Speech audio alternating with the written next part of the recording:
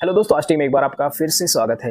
दोस्तों, प्लांट्स की better health और इम्प्रूवमेंट के लिए हमें जनरली 17 ज़रूरी एलिमेंट्स की ज़रूरत पड़ती है। और ये एलिमेंट्स दोस्तों हमारी सॉइल में मौजूद होते हैं और ये हमारे प्लांट्स की ओवरऑल ग्रोथ के लिए काफ़ी ज़्यादा इंपॉर्टेंट होते हैं। पर दोस्तों, ऐसा नहीं है कि प्लांट्स को इन न्यूट्रिएंट्स की ज़रूरत हमेशा ही रहती है या अगर हमारी सॉइल में न्यूट्रिएंट्स ज़्यादा मात्रा में है तभी हमारे प्लांट्स की ग्रोथ अच्छी होती है, ऐसा बिल्कुल भी नहीं है। इनका सही मात्रा में एक पर्टिकुलर अमाउंट में होना बेहद ज़रूरी है और ये हमारी सॉइल डिसाइड करती है कि हमारी सॉइल में कितने न्यूट्रिएंट्स हैं जो प्लांट्स के लिए ज़रूरी हैं और प्लांट्स उनको कैसे अपटेक करता है। इसमें एक पैरामीटर का, एक मेजरमेंट का काफ़ी ज़्यादा इंपॉर्टेंस है और इस पैरामीटर का नाम है दोस्तों इलेक्ट्रिकल कंडक्टिविटी। जी हाँ दोस्तों, इलेक्ट्रिकल कंडक्टिविटी जिसे ईसी के नाम से जनरली जाना जाता है,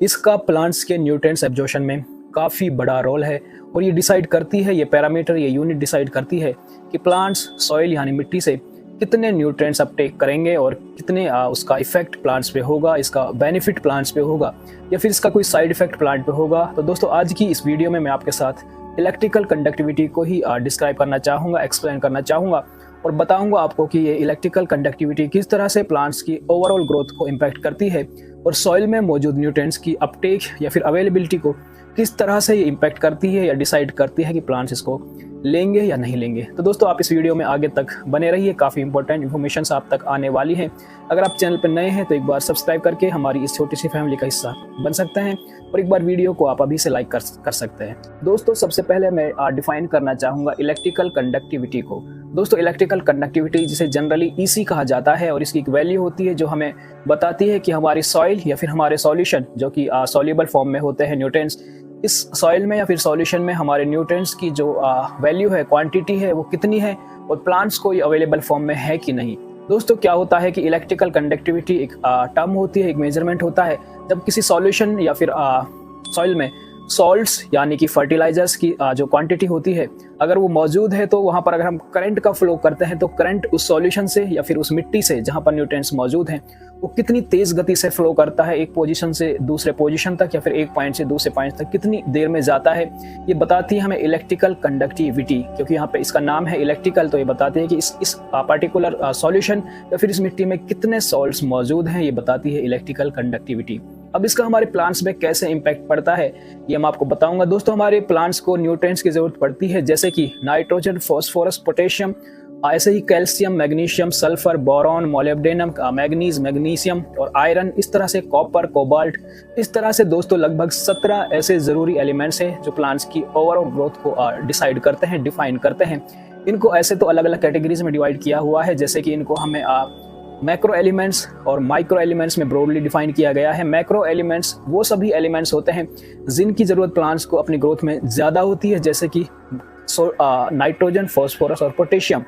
और उसके अलावा दोस्तों जो बाकी के बचते हैं उनको माइक्रो न्यूट्रिएंट्स कहते हैं, जिनकी क्वांटिटी प्लांट्स को अपनी ग्रोथ के लिए कम चाहिए होती है, जैसे कि बोरॉन, मोलिब्डेनम और आयरन वगैरह, ये जिंक, ये सारे माइक्रो न्यूट्रिएंट्स में कंसीडर किए जाते हैं। मैक्रो न्यूट्रिएंट्स को भी फर्दर 2 कैटेगरीज में डिवाइड किया जाता है, प्राइमरी मैक्रो न्यूट्रिएंट्स और सेकेंडरी मैक्रो न्यूट्रिएंट्स। अगर हम प्राइमरी मैक्रो न्यूट्रिएंट्स की बात करूं तो इसमें हमारे एनपी के आ जाते हैं, नाइट्रोजन, फॉस्फोरस और पोटेशियम। अगर हम सेकेंडरी मैक्रो न्यूट्रिएंट्स की बात करें तो हमारा सल्फर, हमारा इसमें कैल्शियम, मैग्नीशियम, ये हमारे सेकेंडरी मैक्रो न्यूट्रिएंट्स में आ जाते हैं। सॉइल में दोस्तों ये तमाम न्यूट्रिएंट्स के अलावा भी कुछ और सॉल्ट्स मौजूद होते हैं और ये न्यूट्रिएंट्स भी दोस्तों अकेले सिंगल नहीं होते हैं, कंबाइंड फॉर्म में होते हैं, जैसे कि सोडियम क्लोराइड जो हमारा टेबल सॉल्ट होता है, नमक होता है, सोडियम क्लोराइड, NaCl, इस तरह से कैल्शियम नाइट्रेट या फिर मैग्नीशियम सल्फेट, इस तरह से एक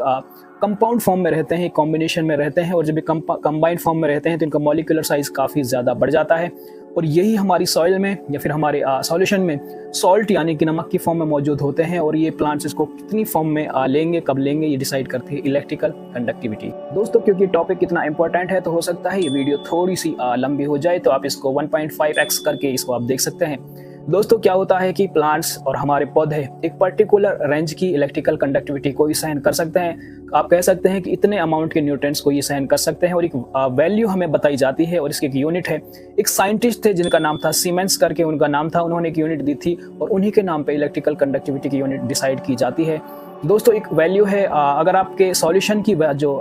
ईसी है इलेक्ट्रिकल कंडक्टिविटी वो लेस देन 1 माइक्रो सीमेंस पर सेंटीमीटर है तो आपके प्लांट्स के लिए ये वाली पर्टिकुलर रेंज काफ़ी सही है। प्लांट्स इस रेंज तक के न्यूट्रिएंट्स को ले सकते हैं। ये जो माइक्रो सीमेंट्स पर सेंटीमीटर है, ये बताती है कि उस पर्टिकुलर सॉल्यूशन में कितने न्यूट्रिएंट्स मौजूद हैं। क्या होता है कि दोस्तों, अगर ये हमारे सॉल्यूशन में इतने लेवल के न्यूट्रिएंट्स हैं, तो ये प्लांट्स के जैसे ही प्लांट्स में जाते हैं तो प्लांट्स इनको एब्जॉर्व करता है और इनको यूज करता है अपनी मेटाबॉलिक एक्टिविटीज़ के लिए, और इतने न्यूट्रिएंट्स को प्लांट्स सहन कर सकते हैं। अगर आप प्लांट्स में इससे ज़्यादा न्यूट्रिएंट्स देते हैं, 1 इस वैल्यू से, जिसको आप 1 या 1000 कह सकते हैं, इससे ज़्यादा न्यूट्रिएंट्स अगर आप देते हैं, सपोज करिए आपके सॉइल या फिर आपके सॉल्यूशन की वैल्यू 2 है, 2.5 माइक्रोसीमेंस पर सेंटीमीटर है, तो ये जो ऊपर वाली क्वांटिटी है न्यूट्रिएंट्स की, प्लांट्स इस न्यूट्रिएंट्स को यूज़ नहीं कर पाते हैं। ये एक्सेस होने की वजह से प्लांट्स में टॉक्सिसिटी क्रिएट करते हैं और आपके प्लांट्स में बर्निंग या फिर डैमेज होने के चांसेस बने रहते हैं। तो दोस्तों, इलेक्ट्रिकल कंडक्टिविटी हमें एक सटीक वैल्यू देती है कि हमारे प्लांट्स, हमारी क्रॉप को कितनी न्यूट्रिएंट्स की ज़रूरत है, कितने न्यूट्रिएंट्स प्लांट्स को उस पर्टिकुलर टाइम पे चाहिए, उस पॉइंट ऑफ टाइम पे चाहिए कि प्लांट्स की जो ग्रोथ है वो अच्छे से चले। तो अगर आपके पास इलेक्ट्रिकल कंडक्टिविटी मीटर है, जिसे ईसी मीटर या फिर टीडीएस मीटर कहते हैं, अब आप टीडीएस का नाम आया है तो आपके जहन में एक बात आ गई होगी कि जब हम घरों में आरओ लगाते हैं तो वहाँ पर आरओ लगाने वाले हमें एक मीटर दिखाते हैं जो टीडीएस मीटर होता है, और हमारे आरओ के पानी की जो वैल्यू है उसकी वो वैल्यू हमें बताते हैं कि आप जब आरओ लगाएंगे तो आपके पास लो टीडीएस वाला पानी मिलेगा। तो यहाँ पर दोस्तों टीडीएस जो आता है, टोटल डिसॉल्व सॉल्यूट्स या सॉलिड्स आप कह सकते हैं,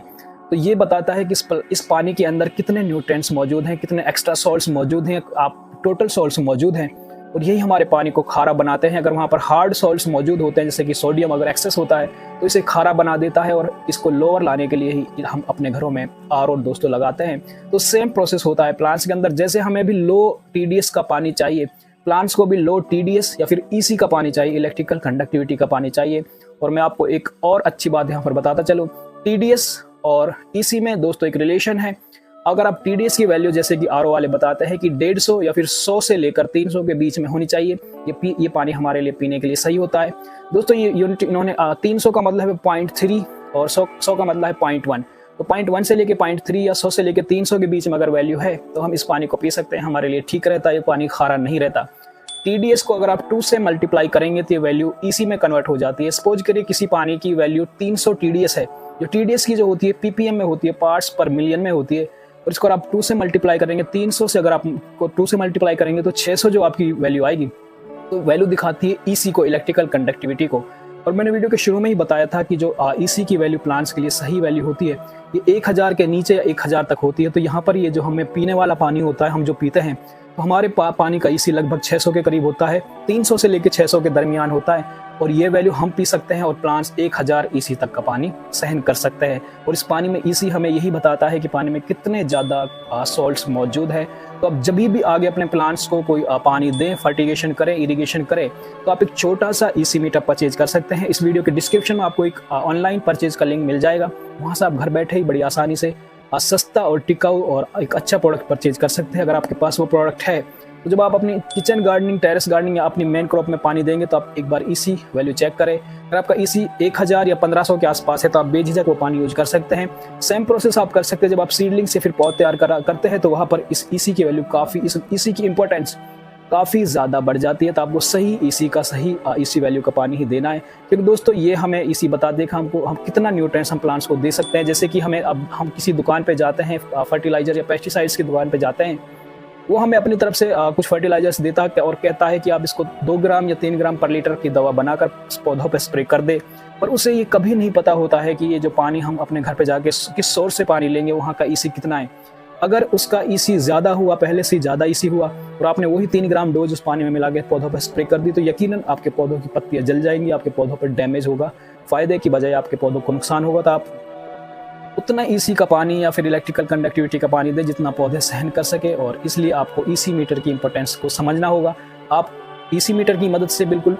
टू द पॉइंट जो प्लांट्स को चाहिए वो डोज दे सकते हैं, और साथ ही साथ आप जो एक्स्ट्रा न्यूट्रिएंट्स प्लांट्स को दे रहे हैं, अपना खर्चा बढ़ा रहे हैं, उससे बच सकते हैं और प्लांट्स की हेल्थ में और आप और ज़्यादा अच्छा बना सकते हैं। सही दवा का सिलेक्शन कर सकते हैं, बिल्कुल सही क्वांटिटी का आप सिलेक्शन कर सकते हैं। तो दोस्तों ईसी का प्लांट्स की ओवरऑल ग्रोथ में काफ़ी ज़्यादा इंपॉर्टेंस है। आपको अगर सही दवा का पता है तो सही क्वांटिटी का पता होना भी आपके लिए बेहद ज़रूरी है,